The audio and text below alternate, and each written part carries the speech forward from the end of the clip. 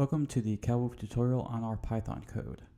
We're going to start off with a brief introduction as to what the Python code is and what it does, and then we're going to talk about how to actually implement the code and use it on your computer.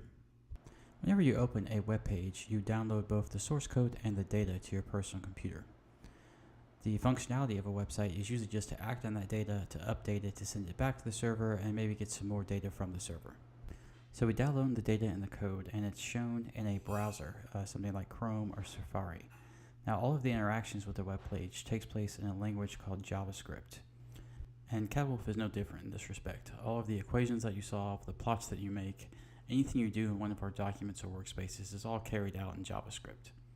Now, one of the issues that you'll run into is that browsers are single-threaded. That means that they do everything in sequence.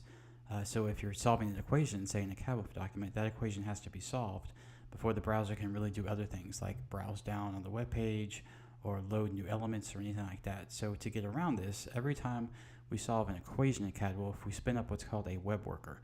A web worker is represented in the orange there, is a pretty common tool which basically just spins up a second thread where the equation can be solved without interfering with the basic functionality of the web page itself. Now this works pretty well most of the time, but it's still JavaScript even in the web worker. And this is simply not a language that is built to hardcore mathematics. So when you're wanting to do large equations like large matrices, or you want to do very complicated math, you're still going to run into problems. So the common solution to this is for platforms to have a separate code that runs on their server and then solve everything on their server and charge users additional fees for however often they access those servers' utilities. So in CADWOLF's case, we would let users with big problems or with complicated problems solve their equations on our server and then charge you additional fees. So instead of doing this, we give users the option of downloading a code that spins up a Python server. We then solve problems on your computer in the language Python, and we use the numerical Python or NumPy library. So as you can see in the diagram, you spin up a separate Python server that runs a Python code that we've written using the NumPy library. This server on your computer communicates only with the web page that's running our CADWOLF code. So each time you go to solve an equation, our code will check to see if there is a server that exists on your computer, and if there is, it'll ship off the data to it.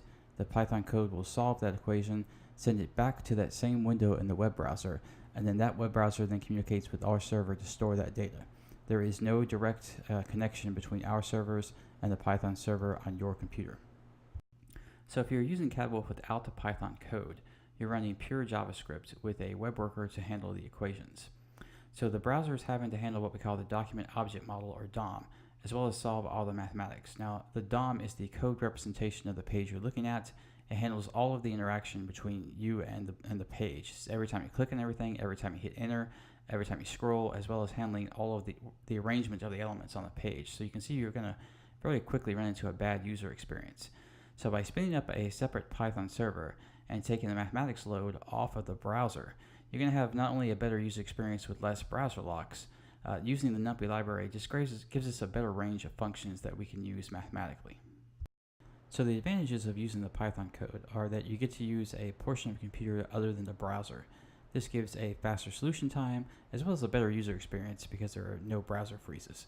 Our code also uses the NumPy library, which is a very proven library with hundreds of functions, everything ranging from multi-dimensional FFTs to eigenvalues and a number of random number generators.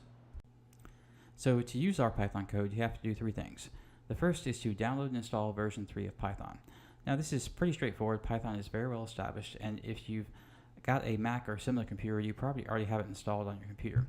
But this process is different for every operating system and computer, so we're not going to cover it in depth here. But once you've got Python installed, you can download and install the NumPy library, which again is straightforward but different for every operating system. And once you've got these installed, you simply go to the URL we've listed here on our website, download our code, and then save it anywhere on your computer you like.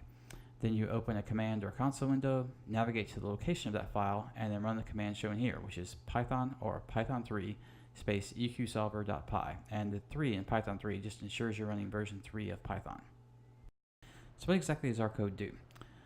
Well, as soon as you run it, it spins up a Python server. Now, this is not a chunk of code that we've written. This is something that's inherent in the Python language, and it's inherent in version 3, so you do need that for it to work properly. Every time you perform certain actions in the browser, the JavaScript code will check to see if there's a Python server running locally on your computer, and if there is, it'll send it the needed data as well as the task to be performed. So if you're in a document, every time you solve an equation, you solve plot data, or you format plot data, it'll look for a Python server and send it the needed data. If you're in a bar tree, every time you update a document, it'll solve all the equations on that document with Python. So let's see how this actually works. We go to our URL, cadwolf.com/Python download. As you can see, version 1 is available. All you have to do is click on this link and it'll be downloaded to your computer, and you place it anywhere you want to on the file structure of your computer. Having done this, let's just go back to a quick example here.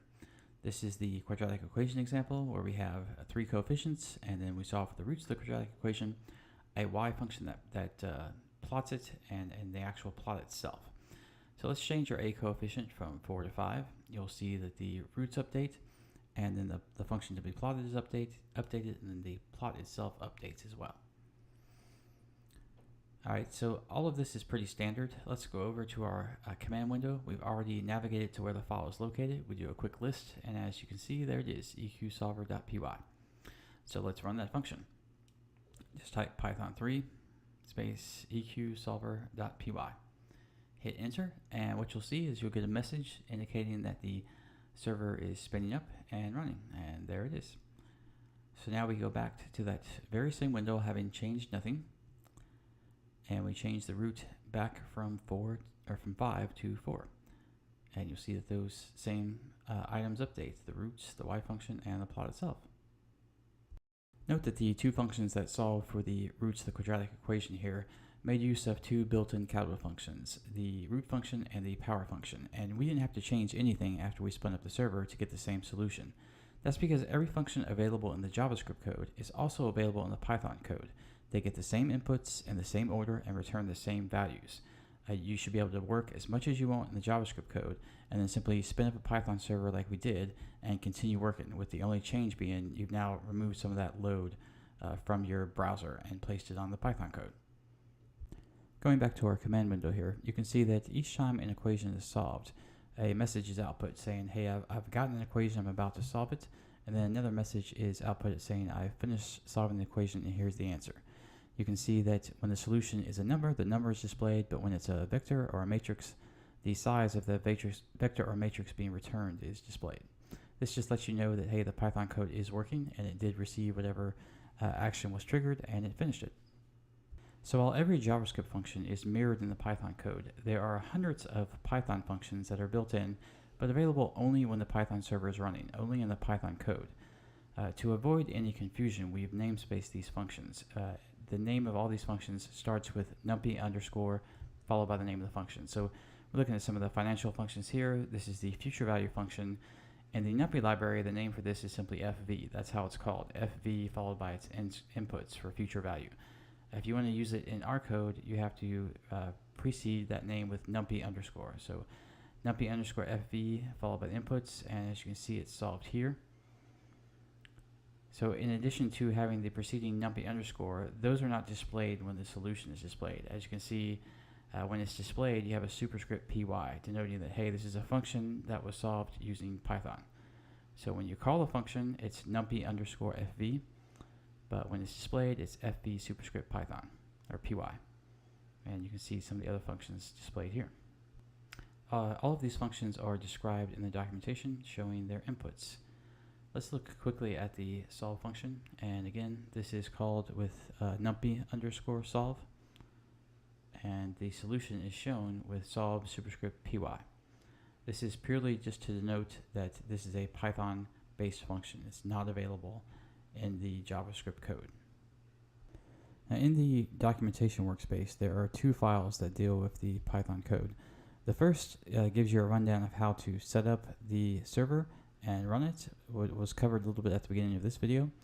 And the second one gives you a full list of all the Python functions available. So open this file, you can see that there's about 300 of them at the time of this video. These range in complexity from standard trick functions to multi-dimensional FFTs and eigenvalue solvers and random number generators. In that same documentation workspace, there's also a folder with several files that show the usage of all of these functions, the inputs they expect to get, and any errors that you might come across. Well, that does it for this introduction to the Python code. Make sure to go over the documentation if you have any questions, and be sure to follow us on Facebook and Twitter.